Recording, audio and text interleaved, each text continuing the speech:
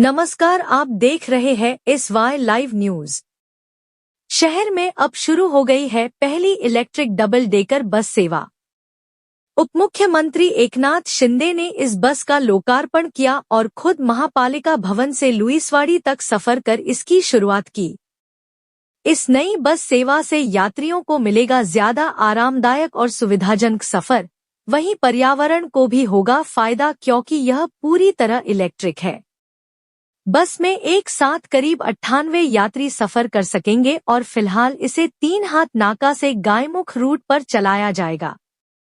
खास बात यह है कि यह सेवा GCC मॉडल के तहत शुरू की गई है, जिससे परिवहन विभाग पर अतिरिक्त आर्थिक बोझ नहीं पड़ेगा। आने वाले समय में ठाणे की सड़कों पर ऐसी 9 और इलेक्ट्रिक डबल डेकर बसें देखने को मिलेंगी। ठाणे से यूसुफ पुरी की रिपोर्ट।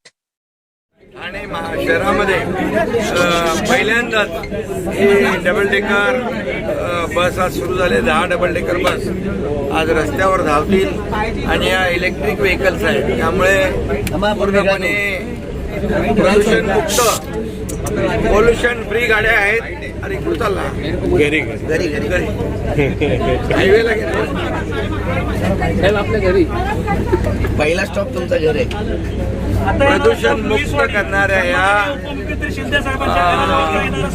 10 बसेस आहेत, आणखी 10 बसेस येणार आहेत त्या डबल डेकर, आणि त्यामुळे ठाणेकरांचा प्रवास सुखकर होईल। या वर्षभरामध्ये 350 बसेस एकूण येतील ताफ्यामध्ये, आणि त्यामध्ये 20 डबल डेकर असतील।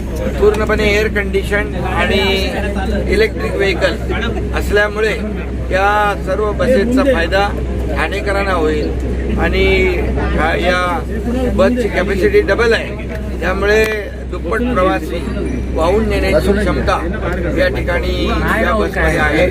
त्याचबरोबर ही पूर्णपणे GCC मॉडेलवर असल्यामुळे महापालिकेचा कुठलाही पैसा खर्च यामध्ये न करता GCC कॉन्ट्रॅक्टवर या गाड्या दिलेल्या आहेत। 12 वर्षाचा त्यांचा कालावधी आहे, आणि मला आनंद आहे की 1 मे महाराष्ट्र दिनाच्या दिवशी, कामगार दिनाच्या दिवशी ठाणे महापालिकेने एक अतिशय स्तुत्य उपक्रम आज सुरू केलेला आहे। त्याचा शुभारंभ झालेला आहे। ठाणेकरांना एक आजची गिफ्ट आहे, महाराष्ट्र दिनाची भेट आहे। ठाणेकरांना सगळ्यांना 2 मिनिटं ही आपली बस आहे, आणि आपण ही बस आपली स्वतःची गाडी समजून त्याची काळजी घ्या, आणि स्वच्छ, नीट, निगा आणि सुरक्षित ठेवा।